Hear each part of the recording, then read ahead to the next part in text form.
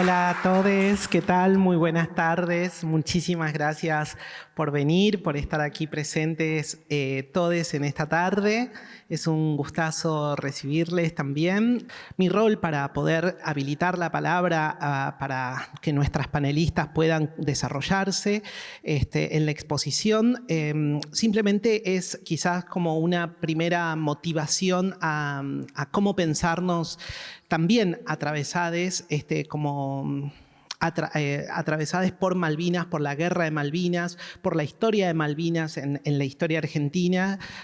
Bueno, a mí lo que me gustaría sería básicamente poder invitarles a una posición subjetiva acerca de este recorrido.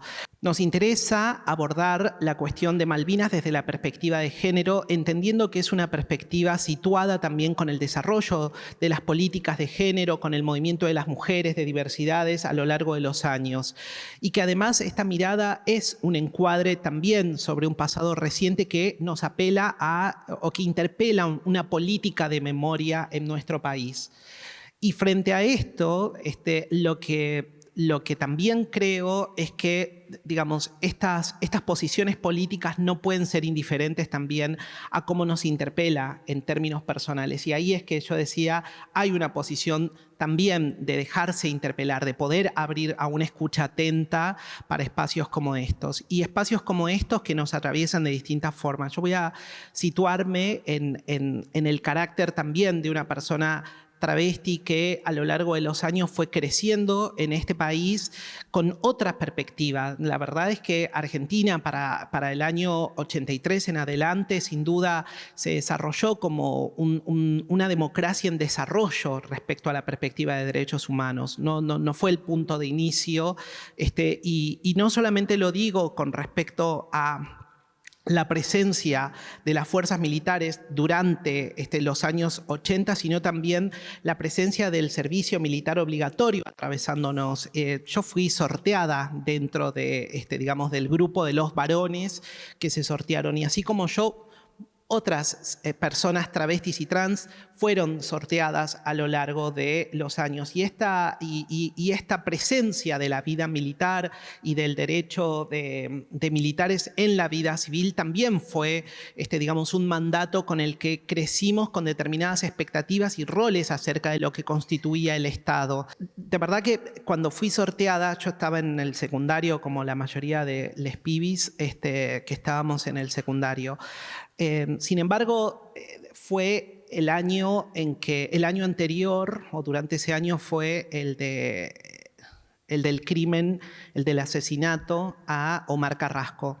Y lo que sí quería decir era como una generación que estaba creciendo y por acercarme, digamos, ya estábamos en los 90 y viendo justamente un proceso económico de desmantelamiento del Estado y viviendo lo que significaba el neoliberalismo en las puertas del neoliberalismo para nuestro país.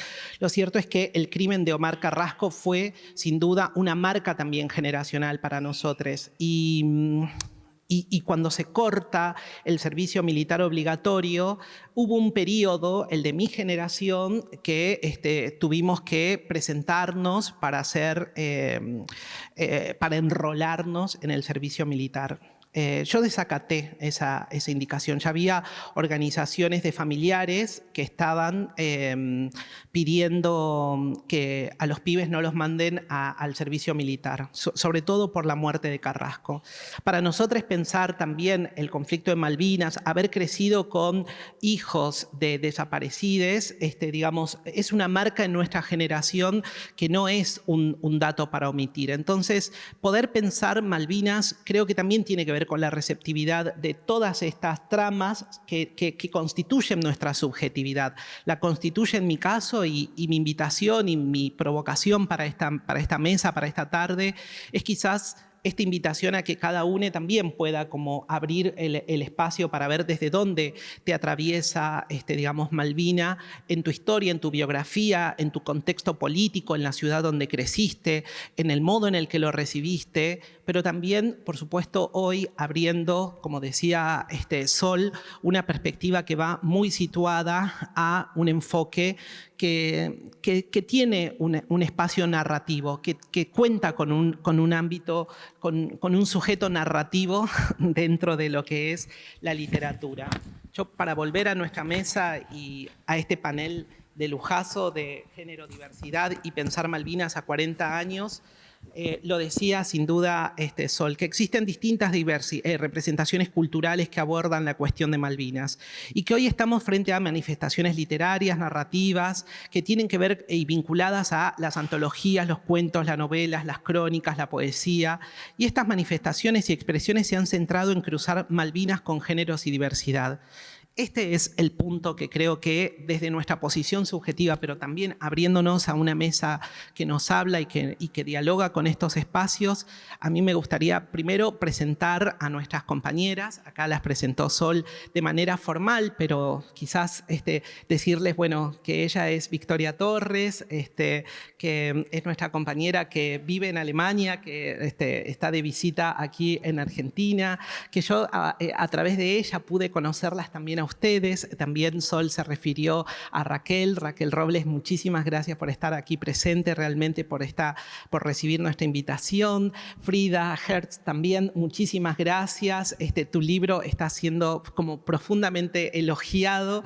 Y una para Florencia Martiré también, ahí está, Martiré, también agradecerte. No pude conseguir el libro, sé que está editado quizás, digamos, en España, entonces está publicado en España y es más complejo recibirlo. Así que quizás una primera invitación es también a que cuando ustedes tomen la palabra, también poder situar un poco la voz narrativa dentro de lo que fue su propuesta literaria. Bueno, entonces, pasando a la primera pregunta, sería, ¿cómo surge este cruce entre géneros y Malvinas? Podemos pensar que la literatura aporta en estos avances teniendo en cuenta que la guerra fue siempre un concepto representativo de las masculinidades. Vamos a arrancar, Victoria. Gracias.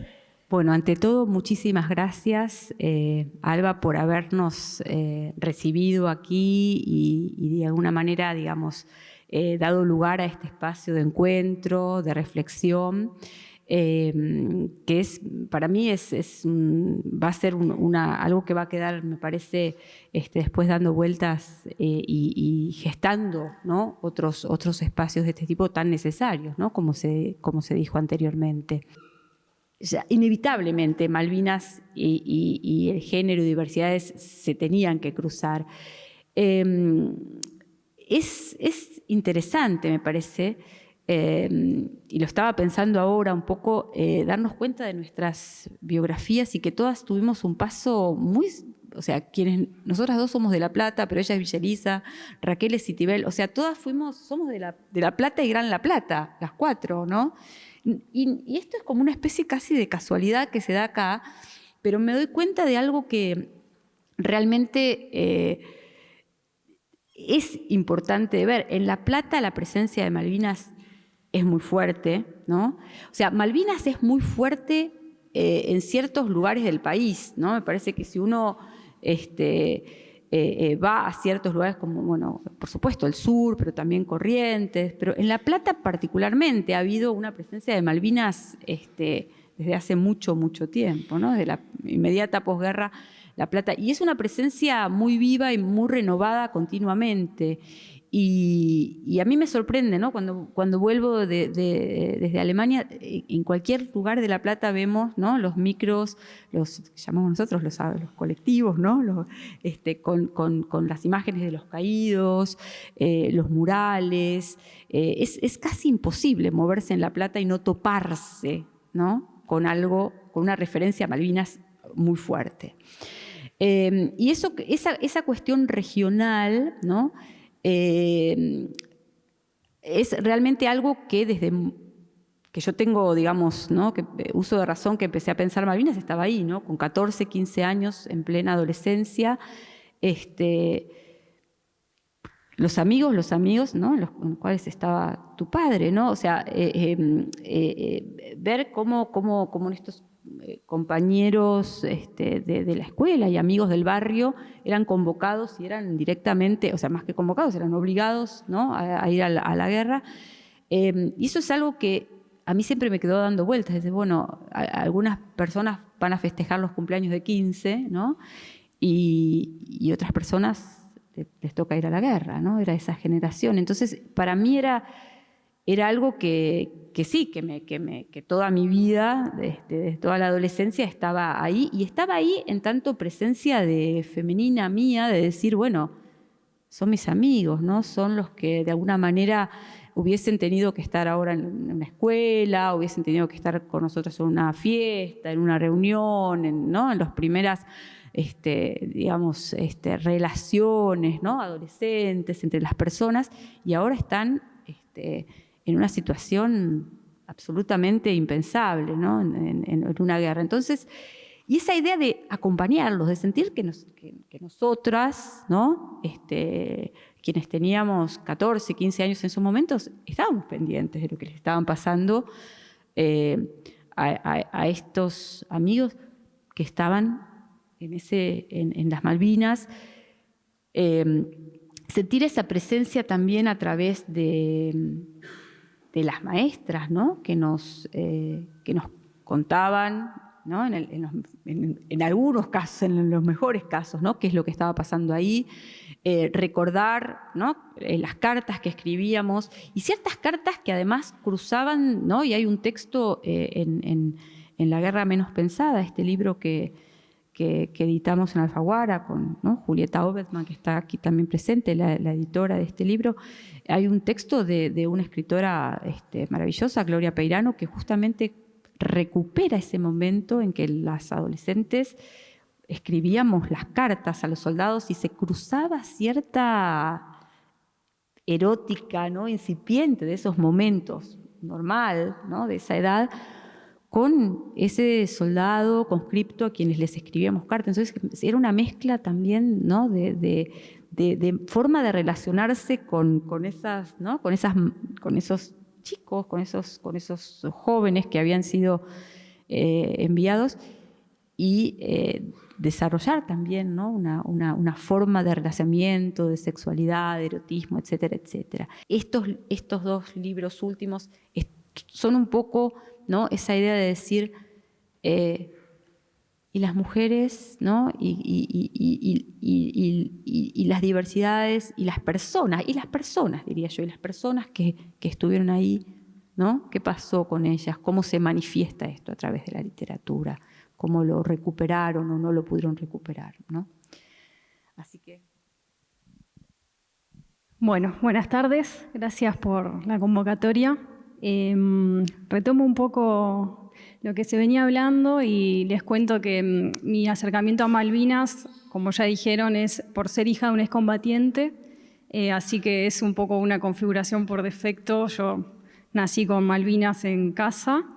Desde chicos se habló de que éramos hijos de excombatientes, nunca fue un tabú, pero sí fue un tabú la historia ya cuando yo tenía alrededor de, bueno, no importa en realidad, porque fue más en la primaria, a medida que iba creciendo, cuando queríamos saber qué había pasado con mi papá, y por ahí no estaba clara la causa de su muerte, y por ahí el tema de la muerte por suicidio sí fue un poco un tabú.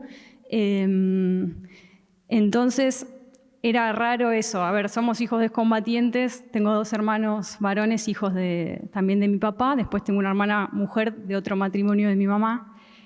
Pero bueno, con mis hermanos éramos hijos de excombatientes sin saber bien por qué no estaba más nuestro padre, ¿no? Y el tema del suicidio en relación a Malvinas no es algo de lo que se habla mucho en profundidad. Sí, en términos quizá de cifras y de estadísticas, con esa comparación de que el número supera a los caídos en el campo de batalla, pero quizá no se sabe tanto ninguna historia. Y yo hay algo que me enteré hace poco, y es que en La Plata hay, no sé si 3 o 4 excombatientes que se han suicidado pero las familias no lo reconocen como tal. Entonces el nuestro, el de mi papá, Jorge Claudio Mártire, queda como un caso bastante excepcional, ¿no? Una familia a la que no le da vergüenza decir que un integrante falleció por ese tema. Y entonces nos convocan bastante porque pudimos hablar. En un momento dejó de ser un tabú. Creo que fue en el momento en el que se calmó un poco el dolor de la familia, ¿no? Y ahí viene este tema también de las generaciones, de que por ahí nosotros, mis hermanos, yo, pudimos empezar a hacer preguntas y a disipar un poco ese dolor y a decir, bueno, queremos conocer la historia. Entonces, un poco yo mezclé estos dos roles míos, el rol de hija con el rol de comunicadora y periodista. Y si bien mi primer acercamiento, como decía Victoria, fue desde la academia, yo hice mi tesis de grado analizando los discursos de Cristina Fernández. Durante sus 2 presidencias, una mujer que todos los 2 de abril, por cadena nacional, hablaba de Malvinas con mucho contenido. Yo aprendí bastante de Malvinas escuchándola. Y después analizando los artículos de diarios durante un periodo bastante largo, cómo habían tratado el tema. Ese fue el primer acercamiento, o sea, yo quería escribir sobre Malvinas o involucrarme con Malvinas, pero no sabía muy bien desde dónde, entonces busqué ese lado más objetivo. Una vez que ya tenía como bastante información, ¿no? Que conocía hechos objetivos, conocía autores, autoras. Rosana Guber, en ¿Por qué Malvinas?, es una autora que se estudia mucho. Me parece que hay una tradición de escritoras mujeres que abordaron Malvinas. También tenemos una cronista, Leila Guerriero, que habla sobre el trabajo de EAF y de la Cruz Roja, exhumando los cuerpos en las islas. Entonces me parece que hay una tradición de escritoras mujeres que abordaron el tema. Y a mí lo que me permitió toda esta trayectoria y este pasaje por la cuestión Malvinas y la guerra de Malvinas es llegar a un momento en el que dije, bueno, yo quiero escribir la historia de mi papá porque me parece que siempre fue abordada un poco superficialmente, un poco buscada para decir algo cada 2 de abril por los medios, donde tengo colegas, pero que siempre quizás se trató con un poco de amarillismo, ¿no? Y yo le quería hacer justicia a esa historia contándola completa, no solo por su historia, sino porque también sé que, en cierto modo, como que da cuenta de esto que decía antes, de qué pasa con los suicidios vinculados a Malvinas. O sea, es una historia concreta, pero a partir de la cual quizás se pueden entender todos los demás casos, esa estadística de la que hablábamos. Y ese fue un trabajo que a mí me exigió entrevistar a mi familia, poner adelante mío a mi mamá y hacerle todas las preguntas que nunca le había hecho o que le había hecho y se iba a hacer otra cosa y no me contestaba. A sentar a mi tía, a sentar a excombatientes, amigos, y entre todos reconstruir esa historia que está publicada en este libro, que está editado en España y en algún momento se va a editar acá, donde esa crónica es la única o una de 2 vinculadas a Malvinas, las demás son sobre otros temas. Bueno, yo también me parece importante decir que si bien para mí es trascendental que las mujeres abordemos estos temas porque vienen a ampliar la mirada sobre la cuestión Malvinas, yo creo que lo más importante de todo siempre es que estemos como a demanda, a disposición de los excombatientes, porque me consta que ellos siguen necesitando que los escuchemos. Entonces, como hoy todavía están, tienen 60 años, alrededor de 60 años, me parece importante que les sigamos haciendo preguntas, que los ayudemos como escritoras, como periodistas, como autoras a contar sus historias. Y paso la posta. Bueno.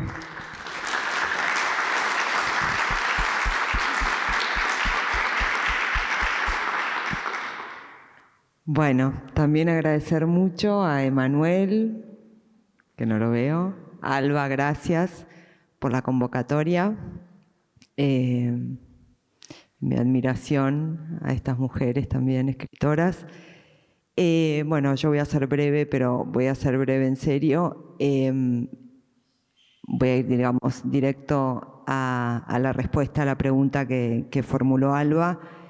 Creo que todos estamos de acuerdo en que la guerra ha sido siempre un tema de masculinidades, como dice la pregunta, de hombres heterosexuales.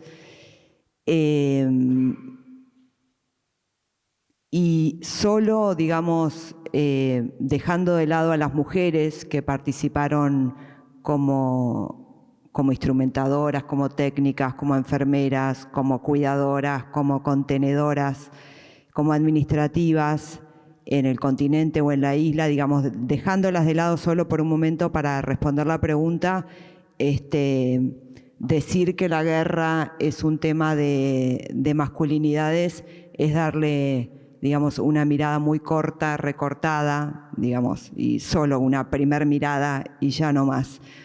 Porque, digamos, todos sabemos que los soldados tenían hijas, tenían amantes, tenían esposas, tenían compañeros, tenían familia. O sea que para los que volvieron y para los que no, digamos, no solo esa vida de los soldados quedó destrozada, sino, digamos, para los que estaban arriba, abajo y a los costados también. Es de lo que habla un poco Hasta el arco iris, mi novela, de cómo el horror, si alcanza la palabra, no solo ocurrió en el campo de batalla, sino hasta muchísimos años después. Creo, está bien. Bueno, eso para la primera pregunta. Gracias.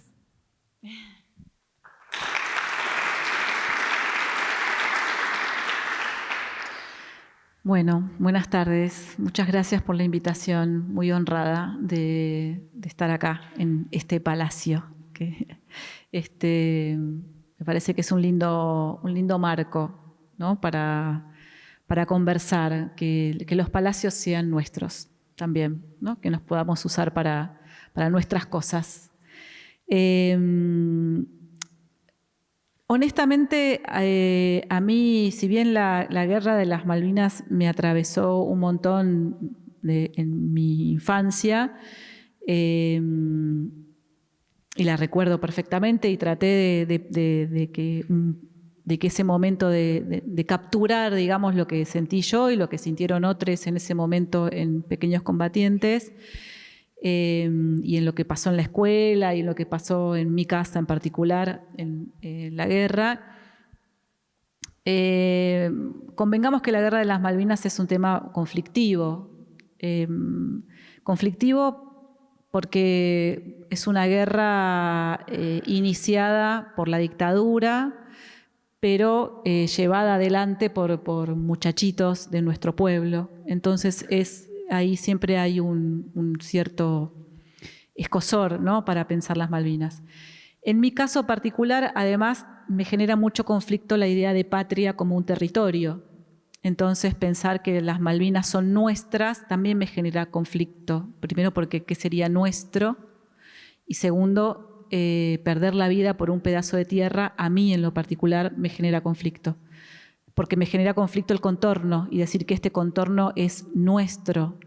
Y me parece que también genera cosas difíciles con las personas que se supone que son extranjeras, que son de otro país.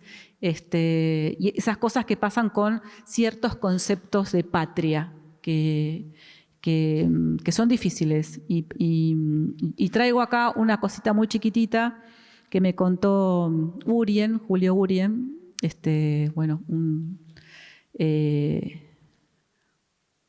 un militar montonero, un militar que además era montonero, que hizo el famoso viaje, ¿cómo se llama el viaje en barco para recibirse? No. No. Cuando de la Armada se reciben de armados, hacen un viaje iniciático, ¿no es cierto? La fragata Sarmiento, ahí está, la fragata Sarmiento, gracias, perdón. Y lo hizo con Astiz. Entonces, fue compañero de Astiz. Y entonces esos momentos de discusiones también eran un momento de discusiones al interior de las Fuerzas Armadas. Y la discusión era por qué era la patria. Porque si defendemos la patria, ¿qué se supone que es la patria? Entonces, Astiz hablaba, y ellos dos lideraban las dos posiciones contrarias, ¿no? Urien por un lado, Astiz por el otro. Y Astiz lideraba la posición de que la patria era un territorio y que había que defender, por un lado, ese territorio. Pero además había que defenderlo de cosas foráneas. Por ejemplo, el comunismo es algo foráneo, que viene, no sé, parece que venía de otros lados. Y Urien decía que la patria era, lo que había que defender era el pueblo, que la patria era el pueblo, los derechos de la gente. Entonces ahí hay una cosa para pensar, me parece a mí, en relación a qué es, cómo se puede pensar Malvinas sin un patriotismo que bordee algunos lugares peligrosos. O para decirlo más francamente, cómo algunos patriotismos tornan en fascismos, ¿no? En nosotros y ellos, etc. Y además para mí Malvinas tiene una cosa muy de la guerra en general, me parece una cosa muy difícil de defender en estos términos, no así la violencia política, que me parece más fácil para mí de defender. Pero Malvinas en particular me parece como un otro escenario genocida. Hace muchos años bueno, un poco sin elección, porque mi papá y mi mamá están desaparecidos, y después eligiéndolo porque estuve en Hijos durante muchísimos años, pensando los derechos humanos y pensando el genocidio. Y entonces es un escenario genocida, como otros escenarios genocidas. Así como en la ESMA hubo un espacio de trabajo esclavo de detenidos y detenidas para hacerle la campaña a Macera, las Malvinas también tuvieron ese trabajo esclavo para hacerle la campaña a otro genocida. Entonces yo lo considero en un aspecto un centro clandestino de detención también, más allá de la tortura física que sufrieron muchos chicos en Malvinas. Dicho esto, para mí fue muy difícil cruzar la literatura con Malvinas. Realmente me convocó Victoria y como las convocatorias de Victoria para mí son siempre sí, porque, por muchas cosas, pero además porque me salvó de la miseria en un momento de mucho padecimiento económico, con un cuento también de Alfaguara. Entonces para mí siempre sí. Entonces me costó mucho pensar cómo cruzar estas cosas, porque a mí me cuesta mucho cruzar el contenido con la literatura. Mi mirada de la literatura no está anudada a lo que quiero contar, sino a las herramientas que quiero probar o que quiero usar. Entonces leí un montón de cosas sobre Malvinas, porque realmente no tenía conocimiento como para escribir algo. Entonces leí, ahí escuchaba de la señora de Vernet, leí el diario de la señora de Vernet, donde aprendí que las Malvinas es un lugar horrible para vivir, no solamente frío, sino frío, barro, viento, hostil, o sea, no tiene nada de la nieve o que la casita, es todo asqueroso. Y aprendí de los esclavos en Malvinas, ¿no? Porque por supuesto que cuando una familia se iba a vivir a un lado se llevaba a sus esclavos, ¿no? Negros, por supuesto, en un momento en el que estaban por ser liberados, etcétera, ¿no? Eso también pasó en las Malvinas, pero nada de eso me cerraba. Y entonces lo encontré a Perlonger, que fue alguien que escribió brutalmente sobre las Malvinas en el momento que se estaba desarrollando las Malvinas. Y me pareció que esa brutalidad era lo que podía contar algo tan bestia como las Malvinas, algo tan bestia, tan característico de la dictadura, ¿no? Tan característico. Y entonces, bueno, además estaba estudiando y dando un seminario sobre Puig. Entonces me pareció que El beso de la mujer araña podía ayudarnos a pensar, ayudarnos a pensar las Malvinas de otra perspectiva, de cero glamour, digamos, en un punto, ¿no? De esto del barro, del frío, del caos, del desorden, de la desorganización, de esa guerra, de estar en la guerra en zapatillas topper, de todas esas cosas que pasaron en las Malvinas, pero además de ser un varón obligado a ser varón por el mandato social y por dificultades, digamos, para salir de ese mandato en ese momento histórico, enamorado de otro soldado, pero situarlo en los 90, que fue donde los organismos y las diversidades nos encontramos, que nos encontramos en la calle. Hijos y Loana Berkins nos encontramos en la calle luchando contra las contravenciones. Hijos porque tirábamos bombitas o pintura en las paredes, y las travestis porque, bueno, ya se sabe que en la travestis y calle no va, digamos, ¿no? Hay que ser travesti adentro de algún lugar donde nadie las vea. Entonces ahí nos encontramos. Entonces me pareció que situar ese encuentro de los organismos o de las izquierdas, digamos, con las diversidades, podía ayudarnos a pensar cómo la dictadura hizo bosta todo, ¿no? Todo en general. Y en ese todo también entra la posibilidad de existir, ¿no? O sea, sobre todo la posibilidad. El fascismo anula la posibilidad de existir, ¿no? Nos cuestiona por ser. Además también por pensar, por hacer, por lo que viene después de ser, pero nos pega por ser. Y las identidades diversas tienen esa cosa tan difícil, ¿no? De empezar a pelear, de empezar a existir luchando por existir, que otros tenemos que dar una batalla por hacer distinto, pensar distinto, movernos distinto o lo que fuese, pero no por existir, no por existir. Así que, bueno, casas más, casas menos, más o menos, ese es el vínculo de lo que yo intenté escribir acá con las Malvinas. Ustedes refirieron a su obra literaria, y estos textos suman sujetos sociales y políticos que antes no se pensaban en el contexto de Malvinas.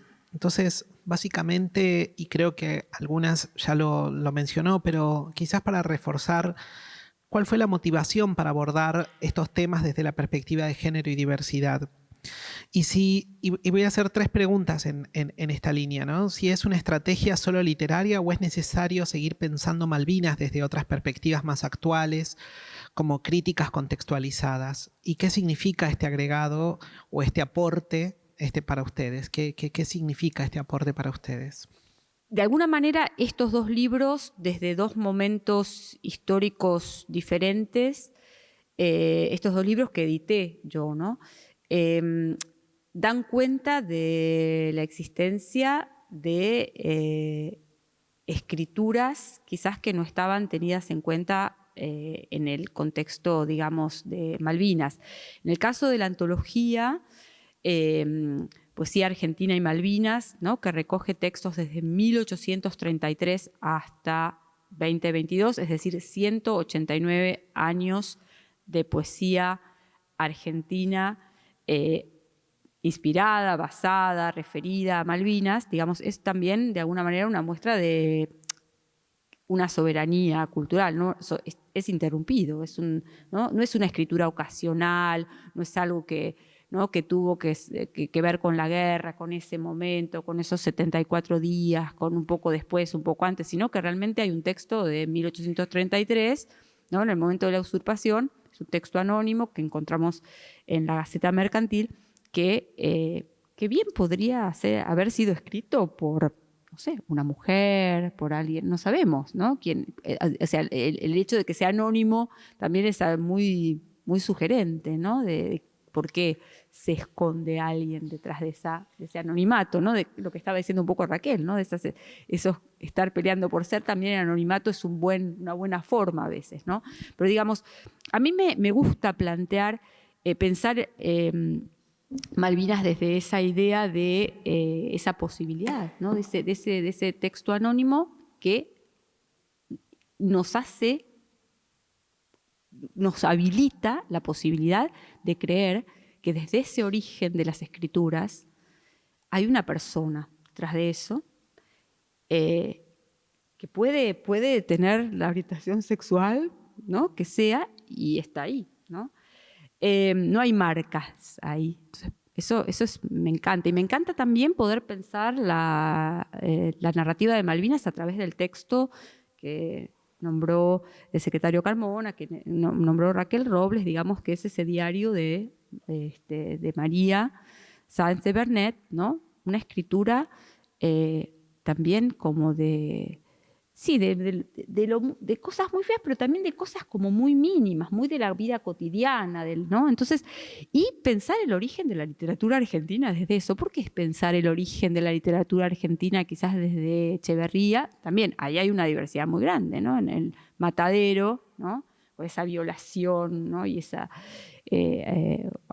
entre hombres, ¿no? Esa escena tan violenta de la literatura argentina. Pero ¿por qué pensar el origen de la literatura argentina desde un texto así y no pensarlo desde un texto, ¿no? Casi contemporáneo, incluso anterior, como es el diario de María, desde lo doméstico? Se puede pensar también, ¿no? El origen de algo tan doméstico, ¿no?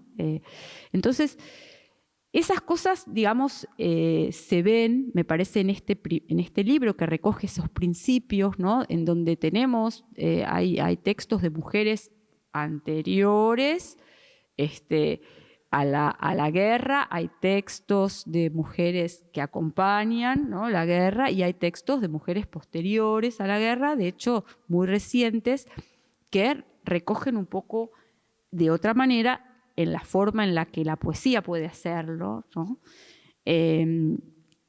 Esas historias de vida que no son solo los combatientes, sino que es una posibilidad de pensarlo esto en un contexto mucho más amplio y generar algo que para mí es fundamental, que es la familia ampliada, ¿no? O sea, que trascienda también, porque esa es una instancia que es fundamental, me parece, en la construcciones que estamos haciendo, de generar lazos que excedan los lazos de la sangre, ¿no? Porque si no todo se queda en un grupo, ¿no? Aquí están, no sé, los hijos, los travestis, los no sé qué. Entonces, generar, digamos, estas familias ampliadas, ¿no? Estas ideas de que todo esto también nos involucra, nos interpela, nos atraviesa, todo lo que estuvimos diciendo a todos, todas, todes, y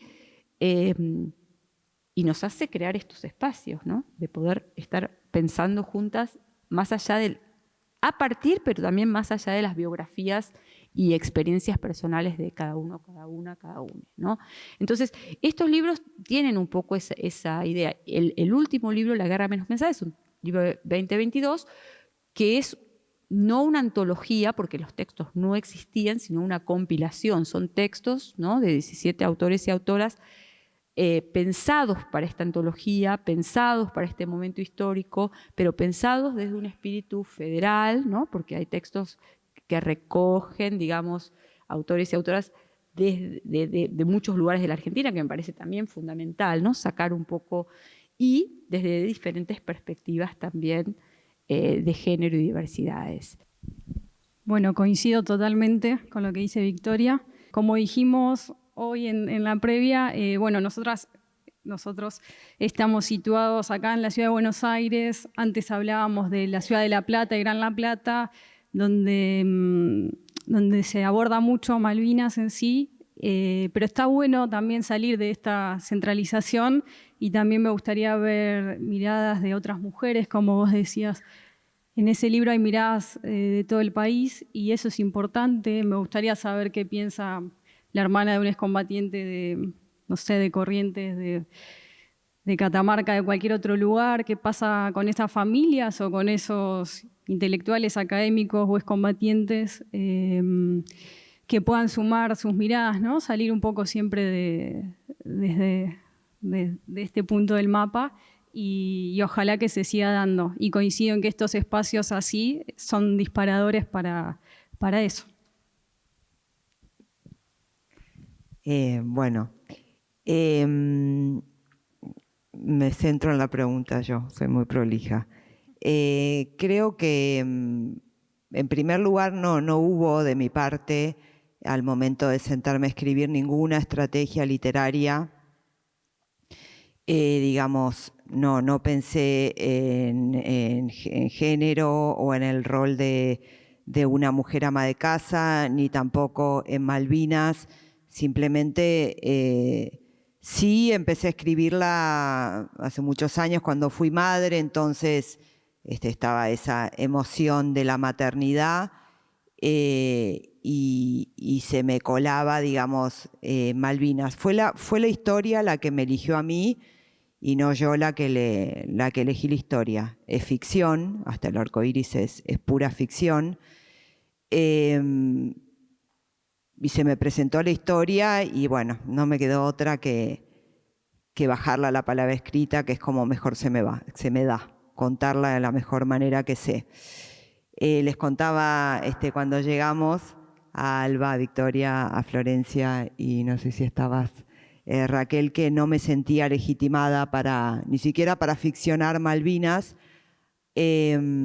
hasta que lo hablé con Inés Garland, que fue mi gran maestra, y me contó que a ella le había pasado lo mismo cuando escribió Piedra, Papel o Tijera, hasta que bueno, se mandó y dije, bueno, me mando yo también. Mi motivación no fue, digamos, ya lo dije, escribir ni sobre Malvinas, ni sobre maternidad, ni sobre la mujer. Mi gran motivación fue, creo yo, exorcizar la emoción de los recuerdos que yo tengo de mi infancia y algún recuerdo que tengo de la adolescencia respecto a Malvinas. Yo tenía 6 años, todavía no había cumplido los 7, y en mi casa, sobre todo mi mamá, respiraba Malvinas. Fue un otoño, digamos, muy, muy triste en mi casa, a pesar de que ningún familiar nuestro estaba en la guerra.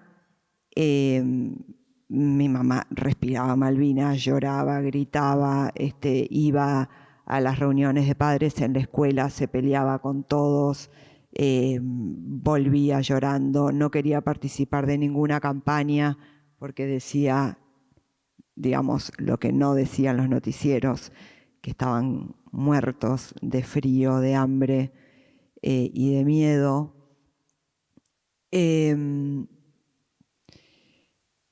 Y, digamos, uno ya es un poco grande a los 6 años, pero creo que lo que me pasó fue que mi mamá fue como si nos hubiera abandonado durante el otoño del 82. No lo digo como un reproche a mi madre, para nada, pero vivía realmente para Malvinas. Había un televisor de los chiquitos en mi casa, de los que había que pararse para...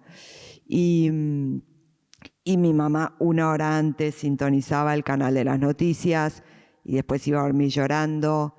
Y tengo un recuerdo muy especial creo que lo proyectaron un sábado a 24 horas de Malvinas, ese programa creo que fue un sábado.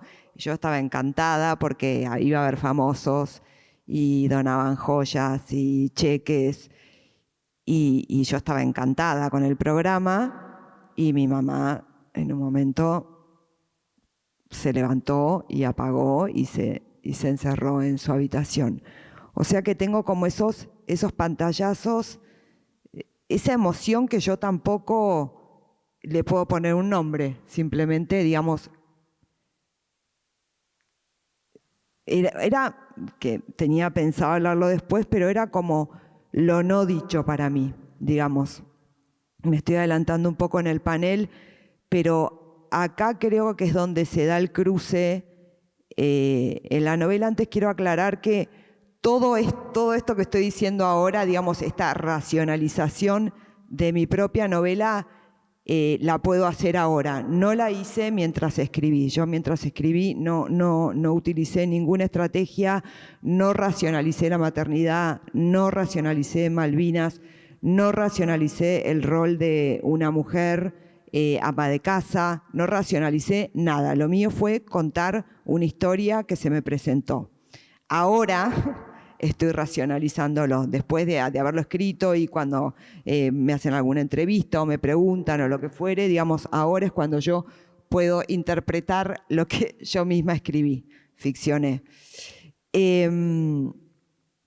Me documenté de Malvinas, no soy ninguna experta ni cerca de serlo, pero hasta cierto punto, porque tenía miedo, llegó un punto en que tenía miedo que como que se me contaminara la ficción, que no se malinterprete. O sea que investigué, pero hasta cierto punto.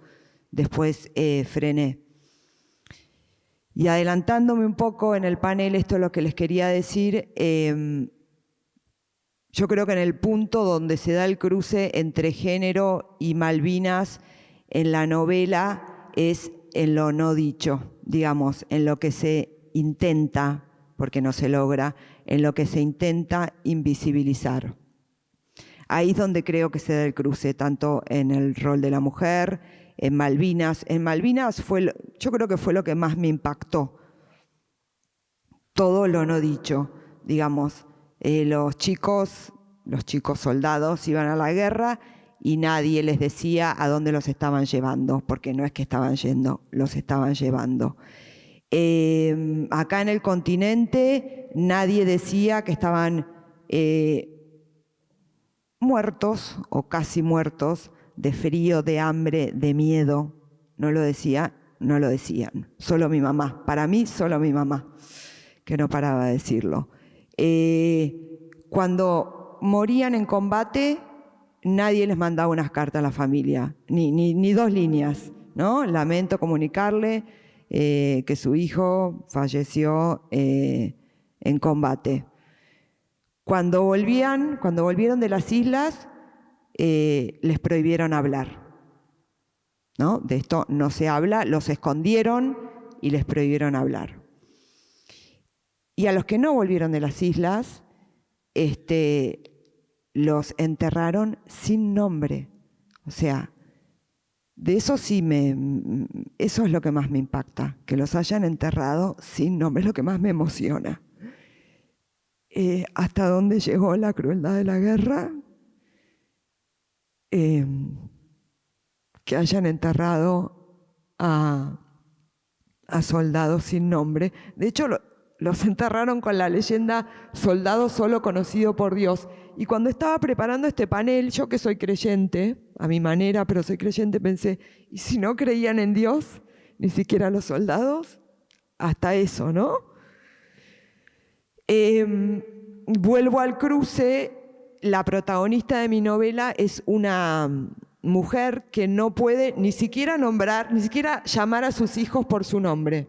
¿Se entiende? Está como, creo que subyace a lo largo de la novela todo lo no dicho. Y me adelanto un poquito más, así después ya le dejo el lugar a mis compañeras. Eso fue lo que más me impactó y creo que es por eso que seguimos hablando de Malvinas, digamos, porque no sana Malvinas, no sana el reconocimiento, no terminamos como sociedad de reconocer la diversidad de género, de respetarla, no terminamos de respetarnos en nada, de reconocernos. Creo que hasta el arco iris ofrece otra mirada de lo que fue la guerra, ofrece otra mirada de lo que es la maternidad también, aunque últimamente hay mucha literatura de maternidad reciente, pero hay. Creo que ofrece otra mirada y da la oportunidad de revisar por ahí para las generaciones más jóvenes esta parte de nuestra historia que de nuevo, lo repito porque es lo que más me impactó, que se trató de invisibilizar, ¿no? Lo que se trató de borrar esto y varias cosas más de la memoria colectiva, de esconder abajo de una alfombra de plomo. Así como tampoco se habló de los que quedaron, de los que volvieron, del horror que pasaron cuando volvieron, de los demonios y los infiernos, para ellos y para sus familias. Digamos, no se dijo nada, o sea, se dijo muy poco. Por eso justamente seguimos hablando de Malvinas y de varios horrores más de nuestra historia. Bueno, creo que dije todo por hoy.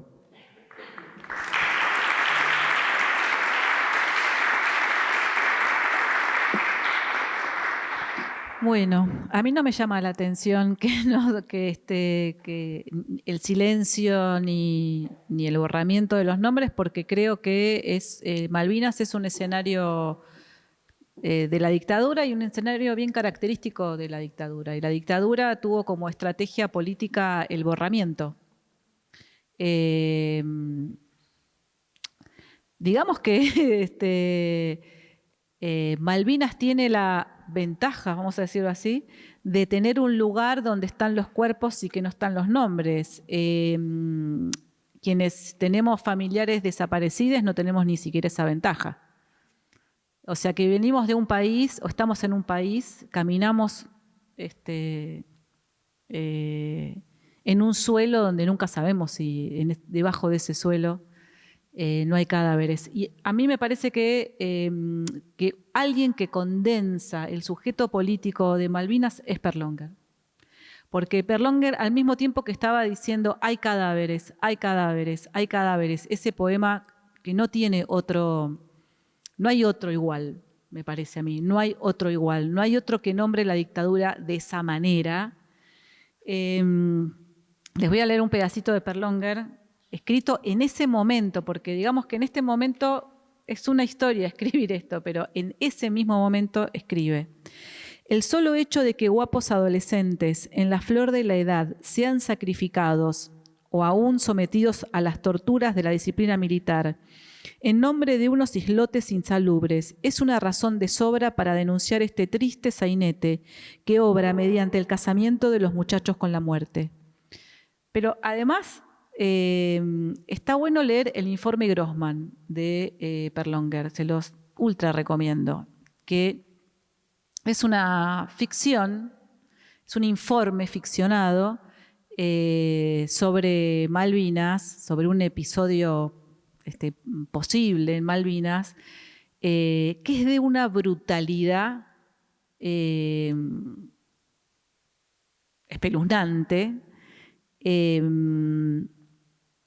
que nombra las dos cosas. Si vamos a pensar en dos, nombra un montón, pero nombra las dos cosas. Nombra Malvinas, diversidad y dictadura, para nombrar una tercera como escenario de todo eso. O sea, el sometimiento del otro hasta las últimas consecuencias, ¿no? O sea, el avasallamiento del cuerpo del otro hasta las últimas consecuencias. Que eso es, creo yo, la dictadura, ¿no? En términos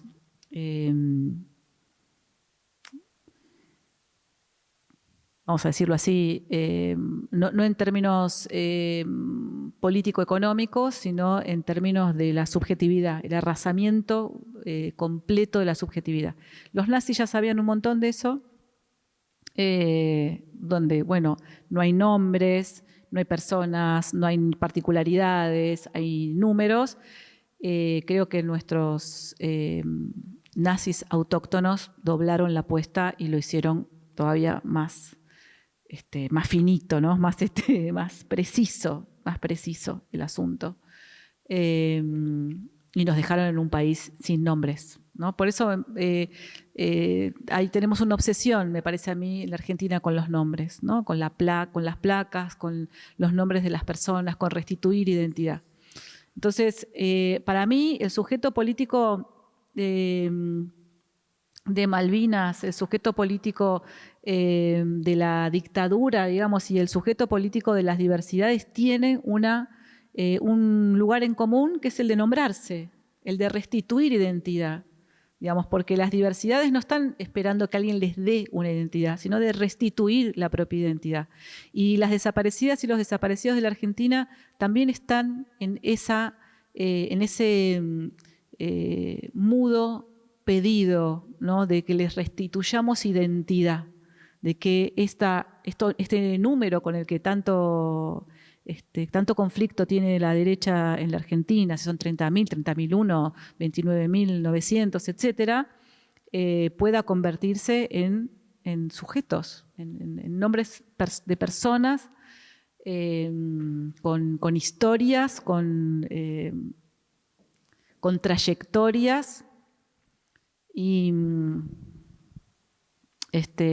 con la brutal juventud en la que fueron asesinados. Yo veía, este año también se cumplieron unos cuantos años, ¿no?, de la masacre de Trelew, 50 años de la masacre de Trelew, y si ustedes tienen la posibilidad de ver los asesinados ese día con las edades, 23, 21, ¿no?, y las edades de los muchachitos que murieron en Malvinas, ¿no?, 18, 19, ¿no?, esa brutalidad de asesinar a nuestras juventudes. Entonces, yo creo que es la pregunta que viene, pero como acá la compañera también me adelanto y así ya les dejo la palabra y no hablo más, me parece que hoy pensar en Malvinas o pensar en la dictadura o pensar en esos escenarios es pensar en las juventudes. Es pensar en las juventudes. Es pensar la juventud como un momento constitutivamente revulsivo, picante, digamos, ¿no? Picante, picoso, que nos interpela, que nos conmueve, que nos hace volver a pensar aquello que ya tenemos tan supuestamente sabido. Y cómo hacemos, quienes ya no somos jóvenes, para poder contar esas historias sin penalizar las juventudes, sin que las juventudes tengan miedo de ser jóvenes. Para decirlo así, como el síndrome de la noche de los lápices, ¿no? Digo, de la película La noche de los lápices, ¿no? Ver La noche de los lápices y quedar como, si todo esto les pasó por el pelear por el boleto estudiantil, Dios mío, ¿no? O sea, mejor no hagamos nada. Entonces, ¿cómo hacemos, quienes ya no somos jóvenes, quienes vivimos esa historia, desde los costados que sean, para poder instar a nuestros jóvenes a arriesgarlo todo? Porque eso es bueno, eso es ser joven, creo yo, ¿no? Apostarlo todo. Me gustaría completar la anécdota con la que empecé, porque realmente fue uno de los puntapiés para poder situar e invitar aquí a la palabra. Hay una compañera trans reconocida como este año en una nota pública que sacó Página 12, estaba aquí hace un ratito la periodista que le hizo la nota, a Gabriela Aranda, y ella fue reclutada por el servicio militar obligatorio para estar en la guerra. Entonces, para mí, la mención sobre el reclutamiento por el servicio militar obligatorio no era una pregunta casual, sino situarme también en la misma línea donde nuestra compañera, y lo que nos cambió fue justamente un momento de crecimiento o de avance de nuestra democracia, en donde se pudo, como efectivamente, quizás a través del terrible hecho de Carrasco, situar también un paso fundamental para para nosotros que no tengamos ese entrenamiento militar no elegido y bueno, que sea, digamos, haber resituado esto para mí no solamente tenía que ver con una cuestión de identidad y de vida y de convicción, sino también tenía que ver sobre todo con esto, ¿no? Con un contexto político, contexto que realmente responde a las voces que circularon hoy y me parece fundamental. Entonces, justamente quería completar y complementar un comentario respecto a nuestra compañera Gabriela Aranda. Después, simplemente antes de cerrar, yo quería generar otra vez la pregunta abierta, que era, bueno, ¿cuáles son los aportes de la perspectiva de género y diversidad dentro de Malvinas, de pensar Malvinas? Y aquí circuló mucho temas que me parece que son fundamentales. La conflictividad de su origen en la dictadura, y en la dictadura, pero a la vez algo que dijiste, Raquel, los muchachos eran del pueblo, o sea, eran nuestros compañeros, y esa presencia que tiene que ver básicamente con la invisibilización de lo no dicho, que está justamente clausurado y que cuánto de esa forclusión no tiene y no reúne tanta de las violencias que generó también esos suicidios en los que muchos veteranos o excombatientes también atravesaron y no pudieron ni siquiera nombrar. Entonces, me parece que las voces de las mujeres, y agradezco mucho que hayan mencionado también, digamos, lo que significa resituar ese 2 de abril en los análisis del discurso de Cristina que mencionabas, creo que fueron, y mencionaste además que no eran las únicas, sino que había otras mujeres que también hablan de Malvinas, ustedes hablan de Malvinas, que además nos interpela en nuestra cartografía. Victoria inicia su exposición comentando que está en una presencia en las ciudades, en los murales. Hay una pregunta abierta para cuando vemos Malvinas en los murales y que justamente esas relaciones, digamos, que también nos atraviesan por los distintos roles que han ocupado, es una agenda no solamente política, sino de política de memoria, ¿no? Que se puede recuperar a través de otras voces, desde incluso otra historiografía de una vida cotidiana situada justamente allí, ¿no? En cómo refundar una historiografía o preguntarse acerca de la posibilidad de una historiografía pensada más desde nuestras voces. Y cómo digamos, esas voces no dejan de ser una constelación de maricas, trabas y también mujeres que están presentes en ellas. Yo te agradezco muchísimo, Raquel, por haber traído a los 90 y la pelea de Loana, una travesti dentro de los organismos de derechos humanos. Creo que nosotras estamos hoy aquí porque ella dio ese paso fundamental y también haber traído a Perlonger, a Puig. Realmente hay una constelación que hace preguntas esenciales. Y creo que justamente la perspectiva de género, y acá voy a ir cerrando, pero nos da la oportunidad de hablar, de resituar hoy, de restituir y nombrarnos y pluralizar las voces. Y sobre todo teniendo, digamos, algo que justamente que es el compromiso de la perspectiva de género, que no queremos replicar las violencias, sino más bien actuar frente a ellas para que no sucedan y actuar deconstruyendo o replanteando, resituando esto. Y me parece que el sujeto político que siempre está presente en nuestra historia, que es la juventud, y lo nombraste perfectamente, me parece que es el bien para quien también seguir hablando sobre Malvinas. Así que me parece que fue una mesa que nos trajo muchísimas reflexiones. Yo quería agradecerles a cada una e invitarlas, por favor, a que se queden para que podamos abrir a 2 o 3 preguntas que las personas quieran hacer.